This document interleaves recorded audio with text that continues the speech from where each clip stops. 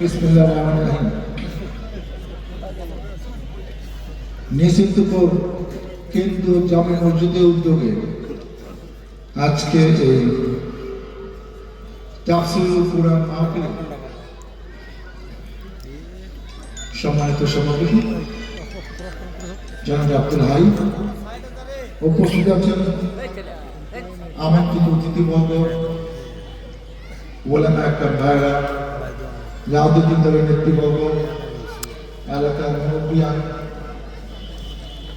মুসল্লি ভাইরা এবং বাড়িতে বসে যে সকল মা বোনেরা আমার এই বক্তব্য শুনছেন আলাদা প্যান্ডেলে বসে, আসসালামু আলাইকুম। বিগত 15-16-17 বছরে এই ওয়াজ মাহফিলগুলা এতটা নিশ্চিন্তে, স্বাধীনভাবে, ইচ্ছা মতো, মন মতো অনেক প্রতিষ্ঠান করতে পারে না।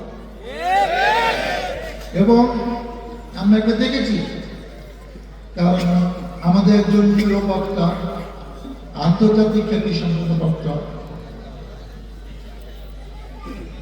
মিজানুর রহমান আজহারী, ওনাকে কিন্তু একটু জরুরি ভিত্তিতে 2-1 দিনের মধ্যে কিন্তু তাকে দেশ থেকে বাধ্য করা হয়েছে এবং উনি মালয়েশিয়া চলে গিয়েছিলেন 1920 সালে, আপনার জানুয়ারি-ফেব্রুয়ারি মাসে, মনে আছে কিনা? ওনার অপরাধ কি ছিল? উনি ভালো ভালো কথা বলেন। ওনার অপরাধ ছিল উনি যেখানে যায় লক্ষ লক্ষ লোক সমাগম হয়, উনি কথা বলেন যখন আদর্শ নীতির কথা, ইসলামের কথা, নৈতিকতার কথা, ভালো কাজের কথা বলে না।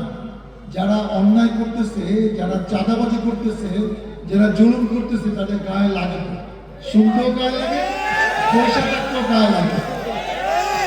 তখন তারা মনে করে যে এই কথাগুলো তো ঘুরে ফিরে আসলে আমাদের বিরুদ্ধে করতেছে।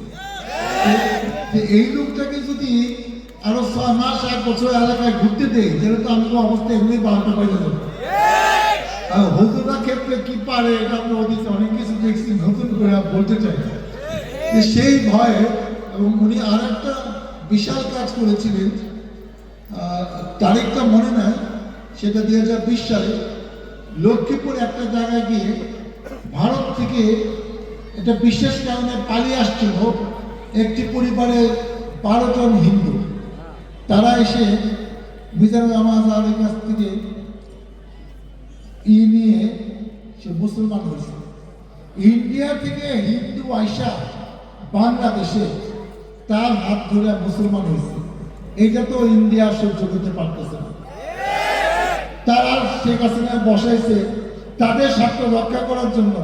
এখন এগুলা যে ইন্টারন্যাশনাল মিডিয়াতে চলে গেছে যে তোমাদের অত্যাচারে হিন্দুরাও থাকতে পারতেছে না, আর ওরা কে বাংলাদেশে আশ্রয় নিয়ে মুসলমান হইতেছে, তাহলে তোমরা কি করছো? সেই জন্য হাজারীকে কিন্তু চেষ্টা করতেছে।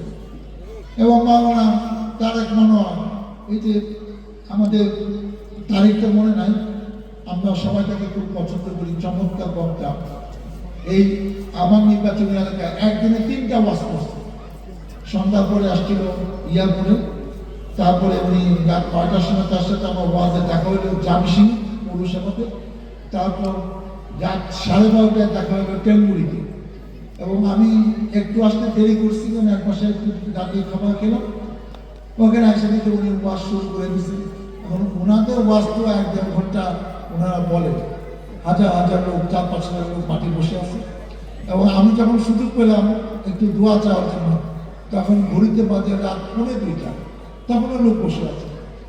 এবং তাকেও 2014 থেকে 19 সাল 5 বছর ওয়াজ করতে দেয়। এখন আমরা এই যে শান্তিতে মন খোলার কথা বলতেছি, অন্য সময় দেওয়ার জন্য পাঠাইতাম, দেখতো পুলিশের গাড়ি আছে কিনা, ওয়াজের পারমিশন পাইছে কিনা। অনেক জায়গায় হুমকি দিছে, ওয়াজের পারমিশন পাবেন, ওয়াজ করবেন না। কিংবা যে প্রধান বক্তা ছিল, এদের মতো বক্তা, তারা কিছু আপনি যেতে পারবেন না। কিংবা আইসা খুঁজে 5 মিনিটের মধ্যে শেষ করেন, আপনাদের বলার সময় নেই। যে দেশের 90% লোক মুসলমান, সেই দেশে আপনি ইচ্ছা মতো ওয়াজ করতে পারবেন না, তাহলে এইসব প্রতিষ্ঠানের কাজ কি? তাহলে এই যারা ভালো ভালো বক্তা তাদের কাজটা কি হবে? বসে তো ভালো বিষয়, আমরা না হয় পালায় পালায় রাজনীতি করছি, আর ওনারও ভালো বসে থাকবে, কারণ কিছু বলতে পারবে না। সব কিছুরই শেষ আছে। আপনি দেখেন এই বৈষম্যবিরোধী ছাত্র আন্দোলনে যে ছাত্ররা জীবন দিল, আমরা 15 বছর 16 বছর যা করতে পারি না, যে আন্দোলন করে শেখ হাসিনা এবং তার সরকারকে সরাতে পারি না, 3-4টা নির্বাচন করে আমরা যে কাজ করতে পারি না, এই ছাত্ররা নিজের জীবন দিয়ে দেখাই দিল যে আন্দোলন কিভাবে করতে হয় এবং এই জালিমকে কিভাবে সরাইতে হয়। ওদের কাছ থেকে আমরা এই বয়সে এটা শিখলাম, তাদেরকে আমি সেলুট।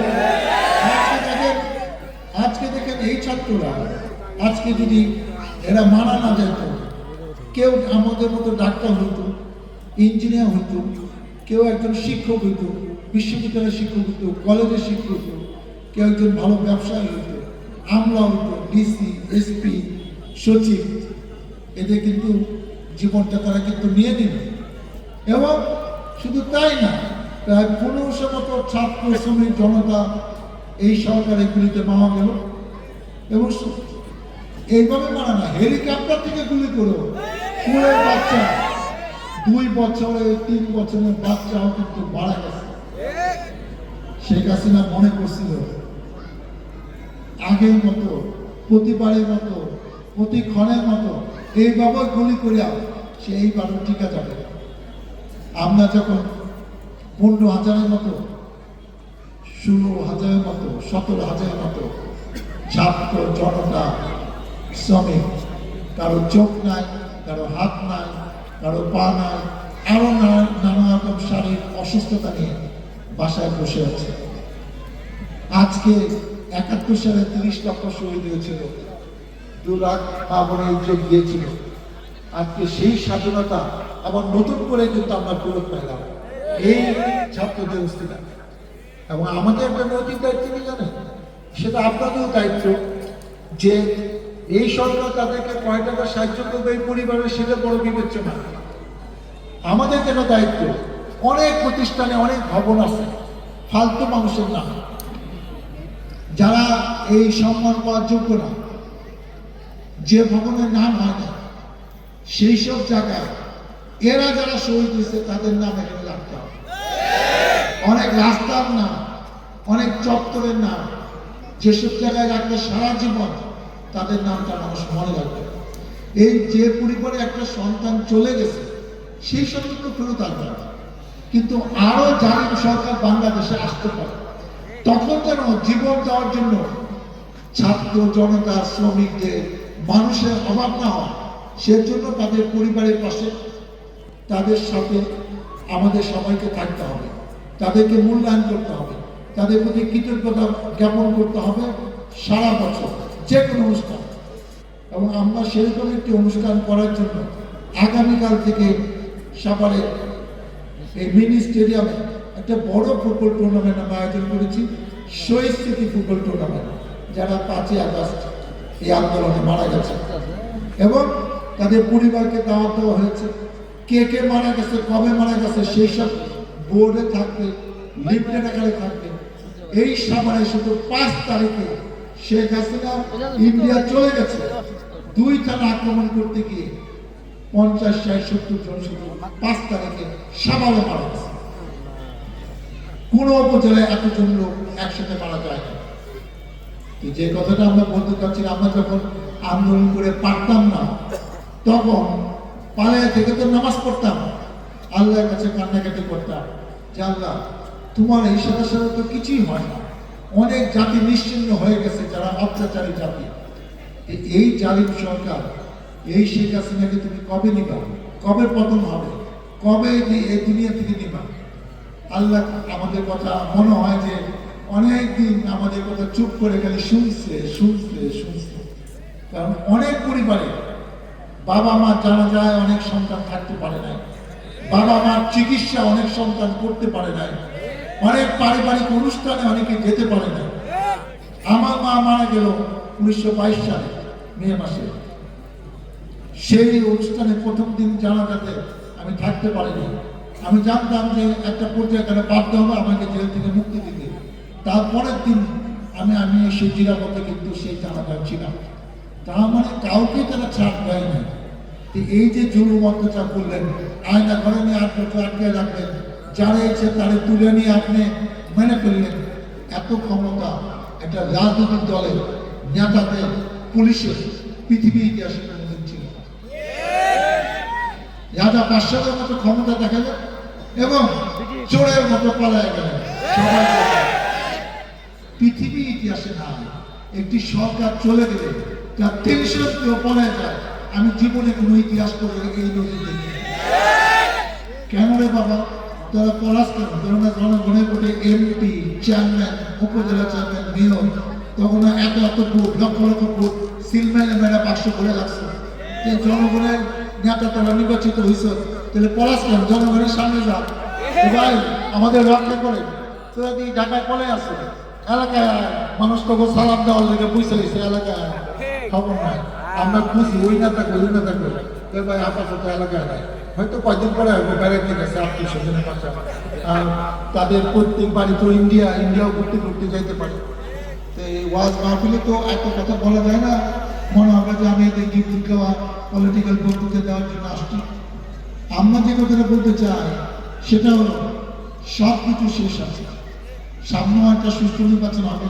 সেই নির্বাচনের ভোটের মাধ্যমেই একজন ব্যক্তি, প্রত্যেকটি এলাকার একটি দল কিন্তু ক্ষমতা আসবে। আমরা যারা মানুষের কাছে প্রত্যাশা করি, পলিটিক্যাল দলগুলোর কাছে প্রত্যাশা করি, আওয়ামী লীগ যে পথে হাঁটছে, যেখানে মানুষকে অত্যাচার করছে, এইটা যেন কোনো পলিটিক্যাল পার্টি আর না করে। কারণ মানুষ কিন্তু সেটা বলতে পারে না যে একটা পলিটিক্যাল সরকার একজন ব্যক্তি এইভাবে নির্যাতন করতে পারে। অনেক মসজিদ আছে, আজকে মসজিদ মাদ্রাসাগুলোকে তাদেরকে ধ্বংস করছে। তাদের একটা ফান্ড ছিল, যে ছেলে নামাজ ঠিক মতো পড়ে না কিংবা নামাজ জানে কিনা সন্দেহ, সে মসজিদ কমিটির সভাপতি। এবং অনেক মসজিদ আছে যে 2 কলম দেখতে পারে না, সে স্কুল কলেজ মাদ্রাসার সভাপতি হয়েছে এবং হয়ে একটা কাজ করছে। এইসব জায়গায় যে টাকাগুলো ছিল বেশিরভাগ টাকা লুটপাট করছে, নিজে নিয়ে বাজার করছে, জমি কিনছে, মার্কেট কিনছে, ফুর্তি করছে, এইসব কষ্টের টাকা। আজকে তাদের কত নিচে এমনি না, এটা আল্লাহ দেখছে যে তোরা সারা বাংলাদেশে কি করছিস। তোদের কেউ চায় না এই ক্ষমতার জোরে তুই সভাপতি হয়ে এইসব প্রতিষ্ঠান ধ্বংস করছে। তো এইটার গজব তো নাদের হবে। অতএব আমরা চাই ওনাদের বিচার পর্যন্ত নিয়মে এই সরকারই করবে কিংবা পরবর্তী দিয়ে সরকার হবে। আমরা ব্যক্তিগতভাবে কারো ওপর রাগ বিদ্বেষ দেখাতে চাই না। আর একটা জিনিস হল আল্লাহ মসজিদের টাকা এবং দিনী প্রতিষ্ঠান মাদ্রাসার টাকা যারা লুটে পুটে গেছে, তাদের শাস্তি এখনো শুরু হয় নাই। আপনারা দেখবেন সে ঘুমাইতে পারতেছে না। আপনি দেখেন তাদের পরিণতি 2 বছর পরে, 3 বছর পরে, 5 বছর পরে, 7 বছর পরে সে পলাশী আন্দোলনে যারা সিরাজদৌল্লার সাথে বেইমানি করে ইংরেজদের হাতে ক্ষমতা দিয়ে গেছিল, সে রাজদৌল্লা, বল্লভ সেন, মীর জাফর, তাদের যে কি শাস্তি হয়েছে, তারা ধুকে মারা গেছে, পক্ষাঘাতে মারা গেছে, অসুখে মারা গেছে, বিনা চিকিৎসা মারা গেছে। তার দিকে তাকায় দেখা, তার পরিবারও দেখে না, সরকারও দেখে না। অতএব সবকিছু শেষ আছে। আমাদের জন্য শিক্ষা হলো যে বাড়াবাড়ি করলে আল্লাহ তো করে আছে, আল্লাহ কিন্তু নিজে হাতে বিচার করে। আমরা 3 লাখ সব পরে গেলে বিচার হয় না, সব বিচার পরে গেলে হয় না, কিছু এই কালেও হয়। এবং এই শিক্ষাটা যেন সারা বাংলাদেশের মানুষ মনে রাখে যে তুমি এমপি হও, চেয়ারম্যান হও, যাই হও, জনগণকে কষ্ট দিও না, নিজের দায়িত্ব নিয়ে মানুষের সেবা করো। তুমি এমন কিছু হয়ে যাও না, ও সালাম দিবে, সালাম নেওয়ার সময় নাই, ওর সাথে দেখা করার সময় নাই, ওর কথা শোনার সময় নাই, এত ক্ষমতা তোমার নাই। বুঝা শোনা চলো, যেন এই দিন থাকবে না। ভালো কাজ করো, ভালো মানুষদের চলো, চাঁদাবাজি বন্ধ করো, সম্মানের সাথে নিজের দিনটা শুরু করো। তাহলে জনগণও তোমাকে ভালোবাসবে, তুমি বারবার নেতা হবে।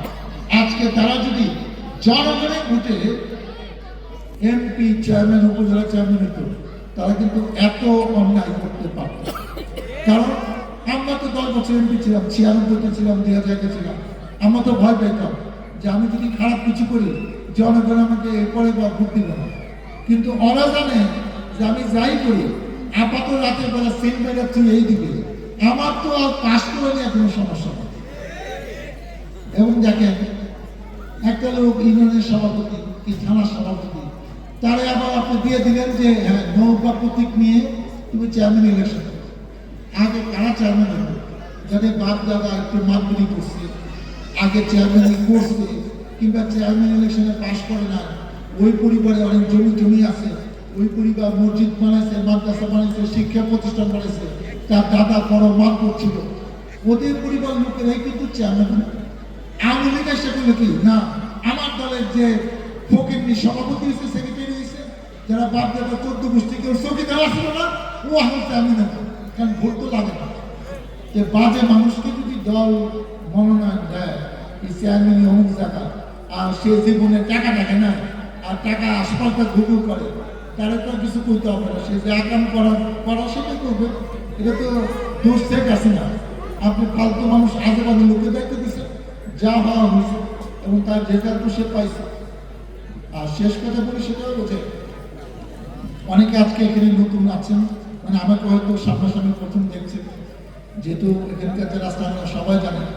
আমার বাবা দেওয়া নির্দিষ্ট 1943 থেকে 1988 সাল 45 বছর প্রথমে আসলে এলো, পরে স্বাধীনতার পরে আমার জনসাব ইউনিয়নটা ভাগ করে ফেলে, তখন ইয়াপুর ইউনিয়নে একটা না কিন্তু সে চেয়ারম্যান ছিল।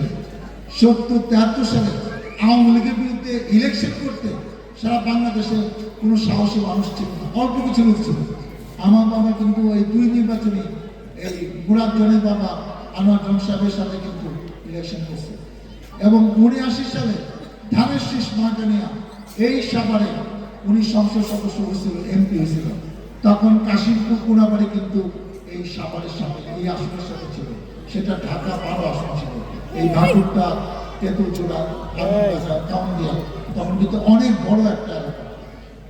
এবং আমি কিন্তু ক্যাডেট কলেজে পড়াশোনা করছি, মির্জাপুর ক্যাডেট কলেজে 80 সালে ইন্টারমিডিয়েট পাস করছি, তারপর ময়মনসিংহ মেডিকেলে ভর্তি হয়েছি, 87 সালে MBBS, bachelor of medicine, bachelor of surgery, ডাক্তারি পাস করে 2 বছর ট্রেনিং নিয়ে আমি BCS পাস করে 91-এ চাকরিতে ঢুকি, 96-এ 1 জানুয়ারি চাকরি ছাড়ি।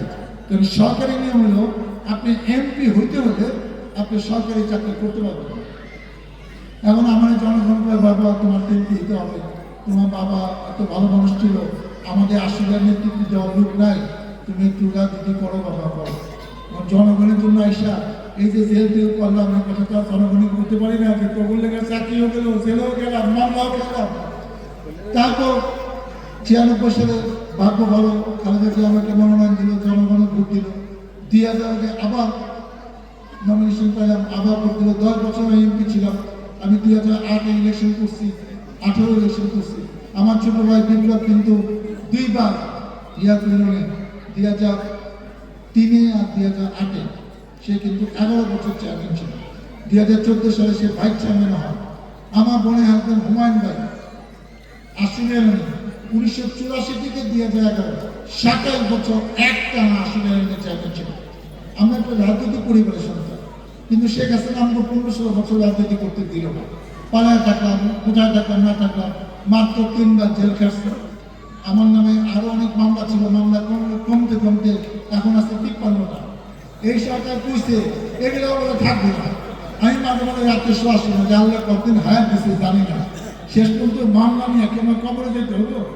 আল্লাহ কাছে দোয়া করি, আল্লাহ কবরে যাওয়া আগে যেন মামলাগুলো থেকে নিষ্কৃতি পায়, এর এই জনগণ একটা পরিবার শান্তনা পাইব যে আমার এই স্বামী কিংবা আমার বাবার নামে এখন আর কোনো মামলা নাই, মামলা মুক্ত হয়ে উনি কবরে গেছে। এখন দেখি এই মামলা কি ভাগ্য আছে। এখন শেষ যে কথা বলে আমি বিদায় দিতে চাই, আর একটা ওয়াজে ইমান দিব পৌরসভা যাবো। আজকে হয়তো এখানে যত লোক আছে তার চেয়েও কিন্তু কম লোক ওই রাস্তা আপনাদের এলাকাতে সহজ হয়ে গেছে। ওই দোকান পাটটা সবাই হাঁটাহাঁটি করে, দোকানে বসে চা খায়, গল্প করে, আর কান খাড়া করার সময় দেখে কে বক্তব্য দিচ্ছে। এটা তো একটা মডার্ন শহরের মতো, তো তাতে আপত্তি নাই। ব্রিটিশ এরকম সিস্টেম আছে, এই এলাকার মানুষ যেভাবে চলুক, ওই যে যেখানে আছে, এই যে মহিলারা আছে বাড়িতে আছে, তারা তো আমাদের কথা শুনছে। আমি যেটা বলতে চাই, জানি না আগামীতে ভাগ্যে কি আছে, আমার বাবা যখন রাজনীতি করে মৃত্যু আগ পর্যন্ত আপনাদের পাশে ছিল, আমার ছোট ভাই আপনাদের খেদমত করেছে। আবার যদি সুযোগ থাকে, হায়াত থাকে, দল যদি সেই সুযোগ দেয়, আপনাদের পাশে থেকে আপনাদের খেদমত করতে চাই, মহান আল্লাহ তাআলা আমাদের জন্য সেই সুযোগ দেয়। আর আজকে যেহেতু চলে আসছি, আমি যে কোনো প্রতিষ্ঠানে সরকারিভাবে তো এখন আর কিছু দিতে পারবো না, আমি ব্যক্তিগতভাবে 25,000 টাকা নগদ অনুদান এই মিছিলপুর কেন্দ্রীয় জামে মসজিদে অনুকূলে আজকে দিয়ে যাচ্ছি। আপনি আমার জন্য দোয়া করেন, আপনাদের পাশে থেকে সাথে থেকে আপনাদেরকে নিয়ে যেন একটা সুন্দর বাংলাদেশ, সুন্দর ইয়ারপুর, সুন্দর নিশ্চিন্তপুর সবাইকে নিয়ে করতে পারে। যে নিশ্চিন্তপুর 15 বছর, 16 বছর, 17 বছর আপনারা দেখেন না, আপনাদের সাথে নিয়ে আমরা সেই সব ভালো ভালো কাজগুলো করবো ইনশাআল্লাহ। আপনারা আপনাদের সহযোগিতা চাই, দোয়া চাই। আল্লাহ হাফেজ।